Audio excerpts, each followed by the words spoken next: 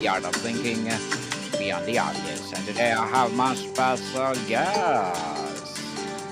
He is helping, in 40 years, he's helping working families and everyday investors build over $100 billion in real wealth, one dividend at a time.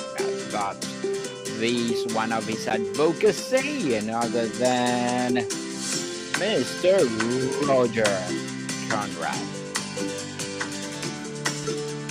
Welcome, Mr. Roger on Abstract Essay. And can you please introduce more about yourself that I miss? Well, thank you for having me. So I've been in this business of advising investors, individuals, trying to empower investors to make their own investments decisions for about 40 years now. My company is called Capitalist Times, and we publish a number of advisories to help investors buy stocks, buy the right stocks so they can build real wealth. And one of those is Conrad's Utility Investor. We write about utility stocks, electric companies, gas companies, communications, water companies that are very steady earners and very steady wealth builders for investors. So I've been working with these companies for about 40 years, helping individuals find the best ones. I also have a Substack platform product called Dividends Roundtable, which I would like to invite everybody to check out after the show.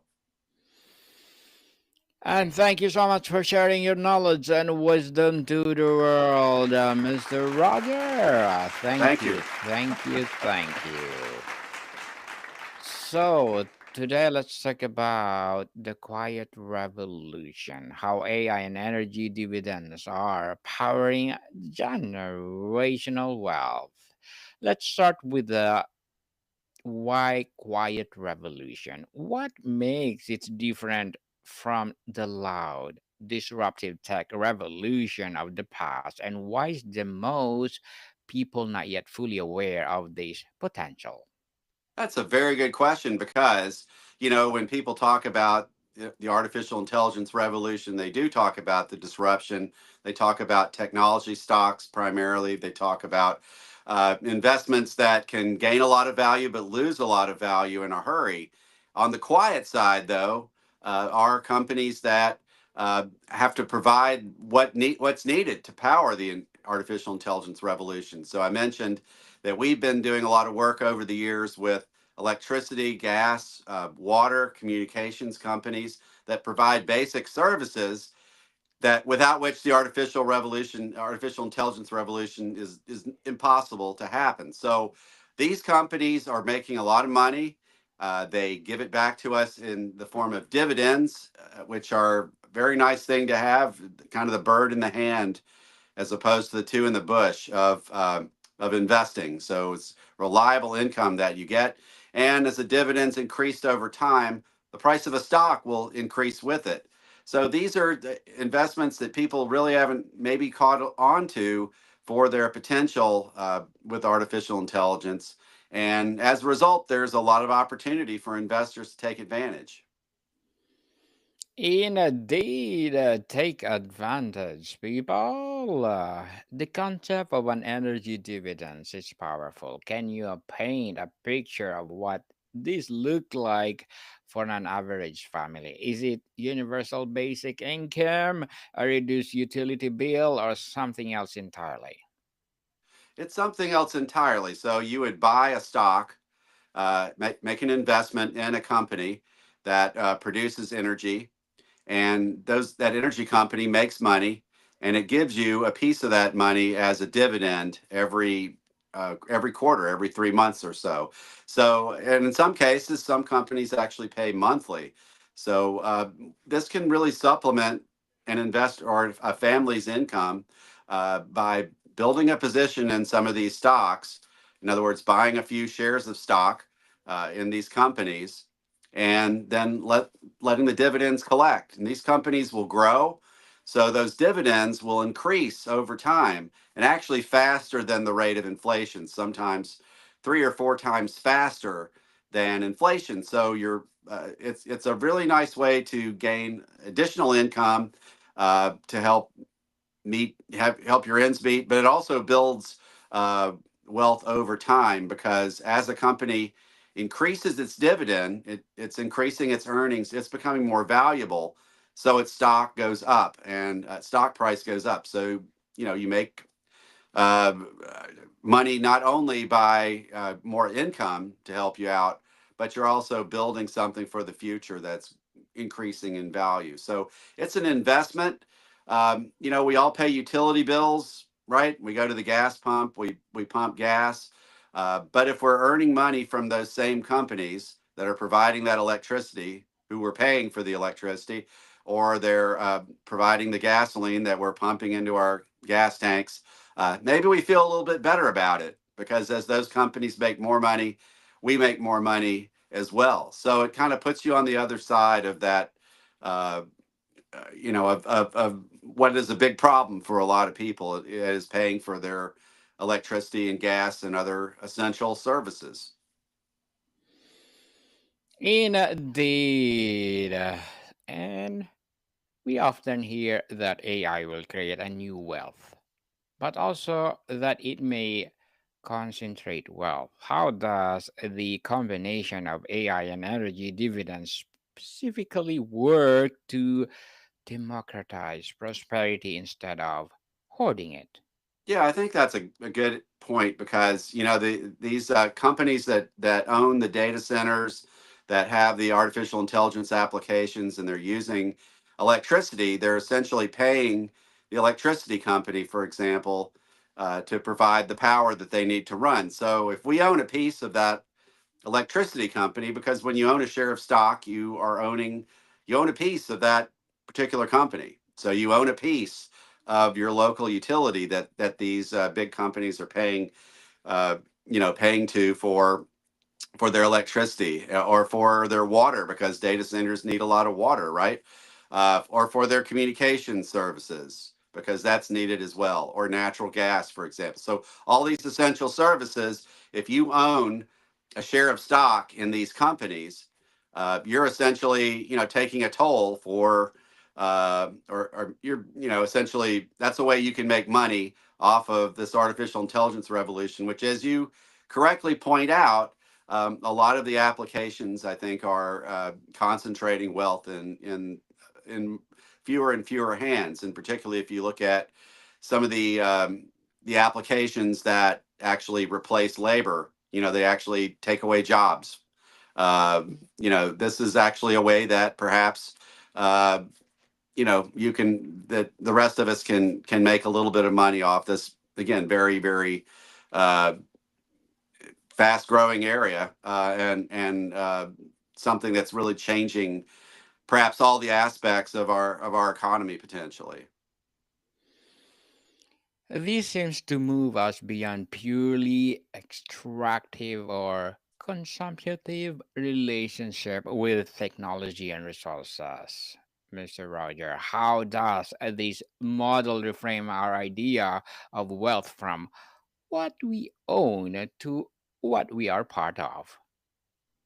Yeah, I mean that's a good question. I think we as the United States, and in fact many of the countries around the world, in fact even in even the you could arguably say that the more socialist nations, the people that own uh, share have ownership in the means of production tend to be the ones that are best off, and everybody that is just all they're doing is making their wages and so forth. You're working for capital, and um, to the extent that you can accumulate capital, and these are companies that uh, typically are very accessible to the average individual. In other words, that you don't have to be a billionaire to own a few shares of your utility stock. In fact, you can own most utility stocks trade for $20 or $30 a share, Yes. maybe 40 or $50 a share. You can own 2 or 3 shares of that stock. So you don't need it. It's not something that you would need to have, uh, billions of dollars to participate in.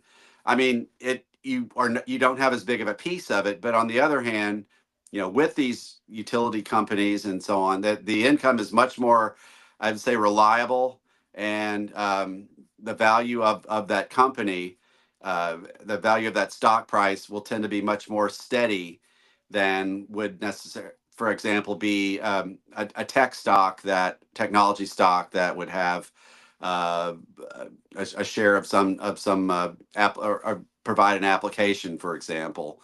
The income is very steady, and therefore, it tends to build very steadily too. So, um, I think that's kind of how it works. I mean, this is a way that pretty much anybody can participate in this quantum shift in our economy. And there are other areas too, right? The data centers, they're in large part owned by what are called real estate investment trust, and people can buy a share of one of those, and then again get dividends from the earnings that that company makes, and they tend to be very steady and they'll gain value over time. So um, these are the kinds of things we're trying to bring to people's attention, I think, and through our advisories, and that they tend to be a very good way to build wealth, and also to uh, again, as we said before, get some nice income, get some nice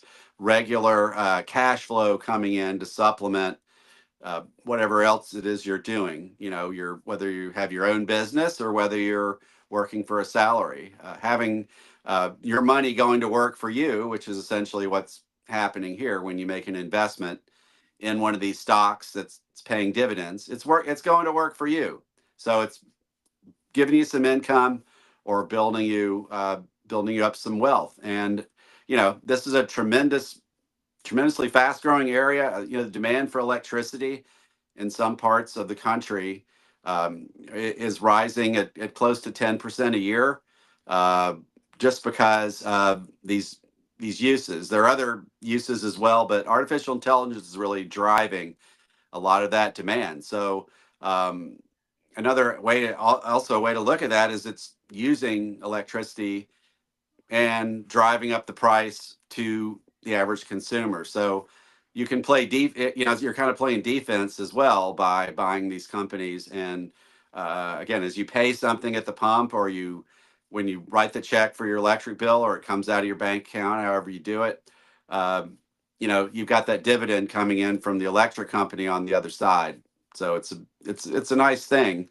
And I do think that over time, the more artificial intelligence grows, the more your investment's going to grow in these types of investments. Because again, you can't have artificial intelligence without reliable electricity, reliable heating or gas, reliable communications networks, whether it's fiber optic, broadband cables, or cellular towers, or 5G networks, or water even as well, because these data centers need a lot of cooling. And so we're seeing a lot of big water utilities actually get involved with major projects that will again enrich the shareholder over time. They'll make more money, their stock will be worth more, and they'll pay more in dividends. And again, you don't have to be a billionaire to own a share of these companies. You can own them for as little as a few $100s, starting a position. They also have these things called dividend reinvestment plans. You can reinvest your dividends, and that puts the power of compound interest to work for you. So your money will grow even faster. So it's an exciting opportunity, and again, it's a way that you can make money in artificial intelligence, this revolution, quietly, as opposed to noisily, as you said at the outset, with some of the other more popular or the things that everybody's heard about. Let's talk about the mechanics and how actually works, Mr. Roger. Let's get concrete. Walk us through the specific example. How does a new AI driven efficiency in a solar farm or a grid storage actually translate to a tangible dividend for a citizen or community? Okay, well, if it's the case of your regulated utility, let's just take that, because most of us do live in states where you have a utility that you're paying a bill to, right? So that utility, chances are, in 35 states, actually, they produce the energy, they transmit it over high voltage lines, and then they distribute it. So the way that those companies make their money and the way that they increase their profits that they can pay you a dividend out of, the way they do that is by investing in their system. So if they go out and say a data center comes to town and says, hey, we need X amount of electricity. Okay, we need a let's call it a 100 megawatts of electricity capacity that we can draw on. So the utility will then go and maybe build a solar farm, or it might build a natural gas power plant. Those are actually the two cheapest ways they can generate that electricity. So they say they do one of that, or they do a combination of that. The investment they make in that and then will it goes into what's called their rate base. Okay, and that's where they make a certain profit off of. So it increases. So basically, they make the investment, it goes into their rate base, and then their earnings go up. Their earnings go up. They pay. They pay a percentage of those earnings as a dividend, so that dividend goes up as well. And the more this happens over and over and over again, the faster um, the profits are going to rise, and the faster their dividends are going to rise. Thank you for that information, Mr. Roger. A key challenge is the infrastructure. How do we ensure that wealth generated by AI and new energy is invested back to modernizing the grid and funding the next wave of innovation, creating a virtuous cycle? Yeah, that's exactly what I think the industry is trying to do. The utility industry is to make the kind of invest the money that makes the kind of innovation that makes it possible to provide all these services. So one thing that's happened in the last 40 years or so since I've been and looking at these companies is reliability standards have risen astronomically. It used to there was a theory a few years ago. People would talk about the number of nines that were needed for electricity reliability. In other words, how many nines? 99.9999. How many nines of reliability did you need?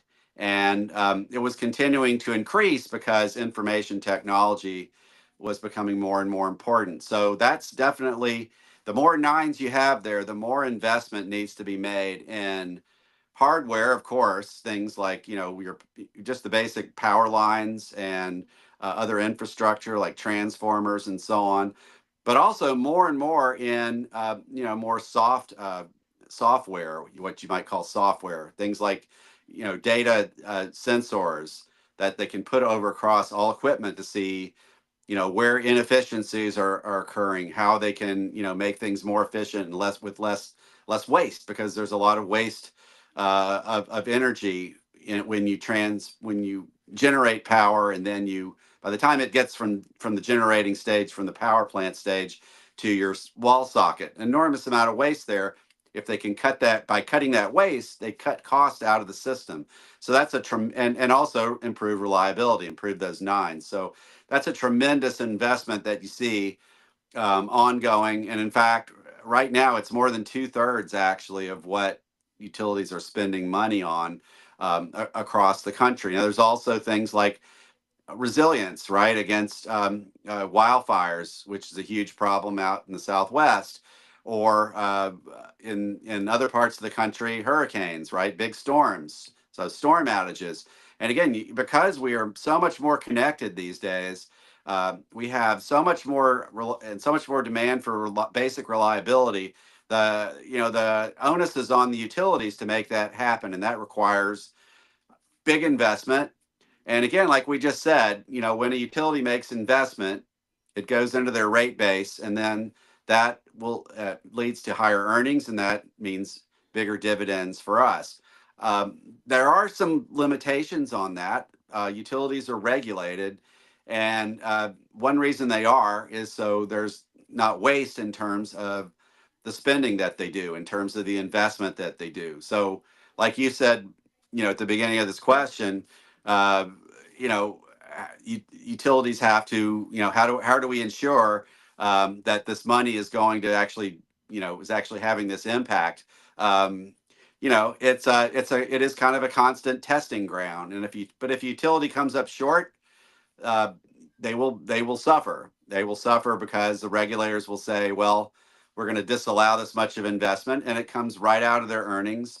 And in a worst case, it can come out of dividends. So that's one reason that we do spend a lot of time looking at individual companies to figure out, are they doing all they can? Are they, to be efficient?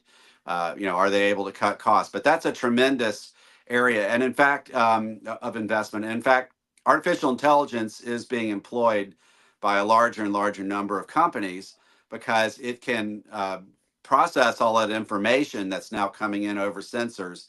And so there are some pretty extraordinary advances being made in things like wildfire, detection and mitigation. You can't do, utility really can't do a lot about a wildfire that's raging in its area, but it can do things that help its equipment survive the wildfire, or um, at least not add to it being worse.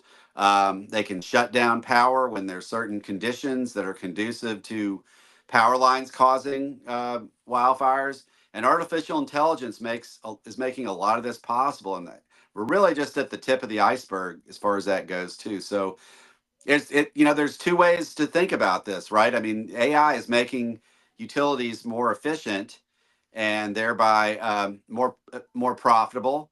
So that's good for investment. And then at the same time, it's using a lot of resources that these essential service companies, like electric companies, like gas, like water, like communications, that they can provide.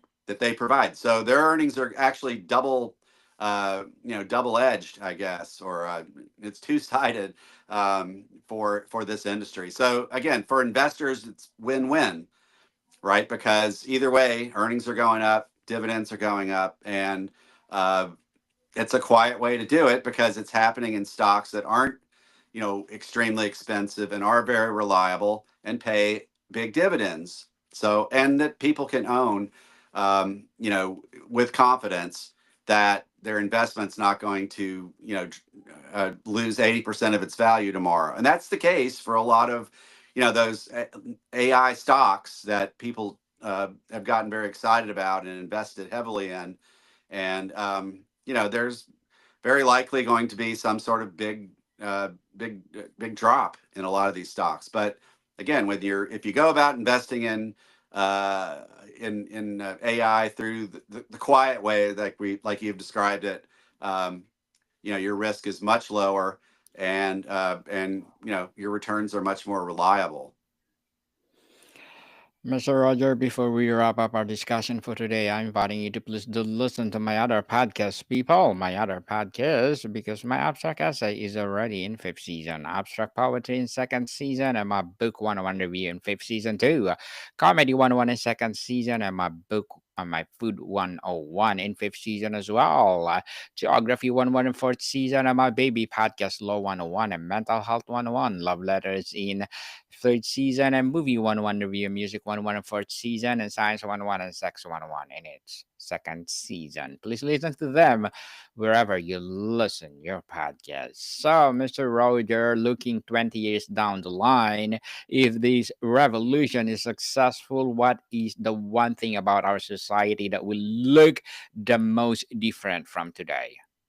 What will look the most different? I think hope there. I think there's a lot, a lot of ways you can go there. I tend to be more of an optimist, so I think we're all going to be um, able to do more things the way we want them, the way we want to do them, using artificial intelligence uh, as an assistant. Really as an enhancer of things we're already doing. So I do think perhaps we will.